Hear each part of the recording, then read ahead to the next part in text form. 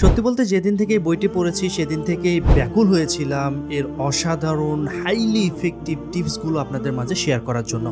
আরবের প্রখ্যাত লেখক ও সাহিত্যিক মুজাহিদ মামুন দিরিয়ানিয়ার রচিত বিখ্যাত গ্রন্থ সন্তান গড়ার ১১০টি টিপস। চমৎকার, এক কথায় হাইলি রেকমেন্ডেড একটি গ্রন্থ যদি আপনি আপনার আদরের সন্তানকে সঠিকভাবে গড়ে তুলতে চান। সো আজকের ভিডিওতে বিখ্যাত এই গ্রন্থ থেকে 5টি টিপস শেয়ার করব ইনশাআল্লাহ। নাম্বার 1, স্নেহ ও মমতা। সন্তান প্রতিপালনের প্রধানতম ভিত্তি হতে হবে স্নেহ ও মমতা এবং সন্তান ও পিতামাতার মধ্যে পারস্পরিক ভালোবাসা। মনে রাখবেন, ভয়ভীতি ও আতঙ্কের জেরে সন্তানের উত্তম প্রতিপালন সম্ভব নয়, কারণ ভয় ও আতঙ্কের মধ্যে এমন কোনো কল্যাণকর প্রভাব নেই যা সন্তানের মনে রেখাপাত করতে পারে। বর্তমান চিকিৎসা বিজ্ঞান বলে যে যদি আপনি সন্তানের উপর ক্ষমতা প্রয়োগের চেষ্টা করেন তাহলে ছোট থেকেই তার ভিতরের অন্যের উপর ক্ষমতা প্রয়োগের মানসিকতা তৈরি হবে। চিন্তা করে দেখেছেন, আজ যাকে ক্ষমতার বলে চিৎকার চেঁচামেচি কড়া মেজাজে শাসাচ্ছেন, একদিন আপনি বৃদ্ধ হবেন তখন এই সন্তানই কিন্তু শক্তিশালী হবে এবং আপনাকে ফিরিয়ে দিবে যা আপনি তাকে ছোটবেলায় শিখিয়েছেন। মনে রাখবেন, ভালোবাসা তৈরি হয় অনুরূপ ভালোবাসা থেকে, হৃদ্যতা থেকেই হৃদ্যতার সূত্রপাত। একটি শিশু ভালোবাসার বদলে ভালোবাসায় ফিরিয়ে দেয়। যখন সে আপনার কাছ থেকে স্নেহ, মমতা, আন্তরিকতা ও ভালোবাসা পাবে তখন অন্যকেও সেটাই ফিরিয়ে দিবে। বিপরীতে যখন সে বেড়ে উঠবে ঘৃণা, কঠোরতা, রুক্ষতার সাথে, তখন মেজাজে ও স্বভাবে সে পরিণত হবে একজন রুক্ষ, কঠোর ও শত্রুভাবাপন্ন ব্যক্তিত্বে। অতএব আপনি যদি সন্তানের সাথে দুর্ব্যবহার, চিৎকার অথবা কড়া মেজাজ দেখান তাহলে এখন থেকেই তা পরিহার করুন। নাম্বার 2, পজিটিভিটি কাজে লাগান। পজিটিভিটি বা মোটিভেশনাল স্পিচ প্রভাবিত ও আলোড়িত করে না পৃথিবীতে এমন মানুষ নেই, আর শিশুদের ক্ষেত্রে এটা ঠিক জাদুর মতো কাজ করে। খেয়াল করলে দেখবেন, আপনার সন্তান যখন কিছু ড্রয়িং করে তখন আপনি যদি তাকে উৎসাহিত করে বলেন, বাহ চমৎকার হয়েছে, তুমি তো অনেক সুন্দর ড্রয়িং করেছো, মাশাআল্লাহ, তখন দেখবেন সে নিজে থেকে আরও কিছু এঁকে আপনার সামনে এসে দেখাবে, বাবা বাবা দেখো আমি এটা করেছি, আমি ওটা করেছি। মানে ভিতর থেকেই সে পজিটিভিটি এবং মোটিভেটেড হবে নিজে থেকেই কাজ করার জন্য। অন্যদিকে আপনি যদি তাকে ব্লেম করেন, এগুলো কি আঁকিয়েছো, একটাও ঠিক হয়নি, তুমি পারবা না, তোমার দ্বারা কিচ্ছু হবে না, তখন দেখবেন তার মন ভার হয়ে যাবে। সে আর কখনোই আপনার কাছে ড্রয়িং শিখতে আসবে না। একসময় সে অসুস্থ মস্তিষ্কের রোগীও হয়ে যেতে পারে। অতএব সন্তানকে সবসময় অ্যাপ্রিসিয়েট করতে হবে, তার ভালো গুণগুলোকে চর্চা করতে হবে। দেখবেন সে নিজেই তার মধ্যে সব গেঁথে নিতে থাকবে। যখন তার বোধ সেই গুণ দিয়ে পরিপুষ্ট হয়ে উঠবে তখন সেই গুণের প্রকাশ ঘটতে থাকবে তার সকল ভালো কথা, কাজ এবং চিন্তার মাধ্যমে। নাম্বার 3, নিয়মিত উৎসাহ, উদ্দীপনা প্রদান।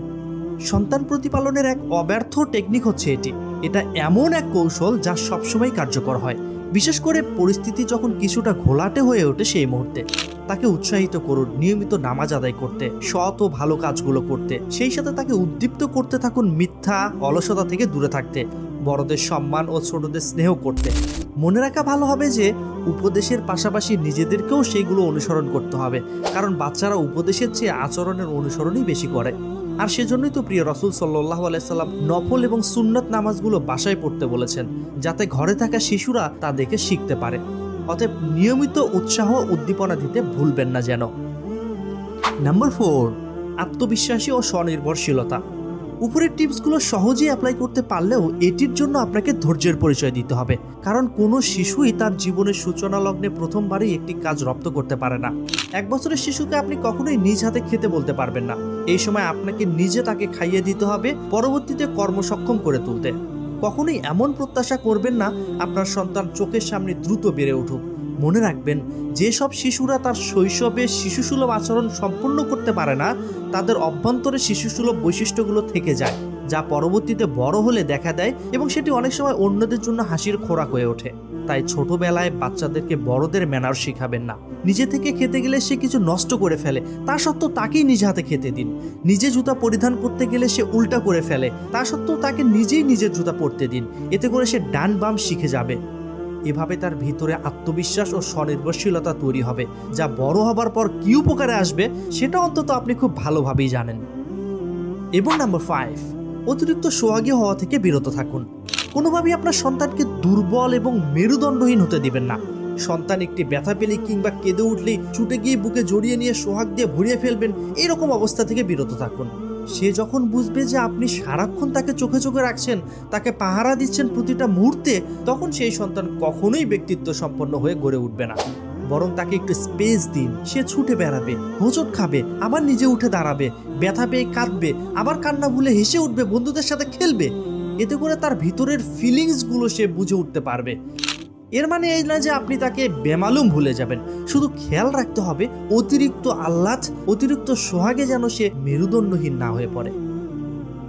আজকের ভিডিওতে যে টিপসগুলো শেয়ার করেছি তা নেওয়া হয়েছে আরবের প্রখ্যাত লেখক ও সাহিত্যিক মুজাহিদ মামুন দিরানিয়ার রচিত বিখ্যাত গ্রন্থ সন্তান গড়ার 110টি টিপস থেকে। ডেসক্রিপশনে দেয়া বইটির লিঙ্ক আছে, মূল্য মাত্র 130 টাকা।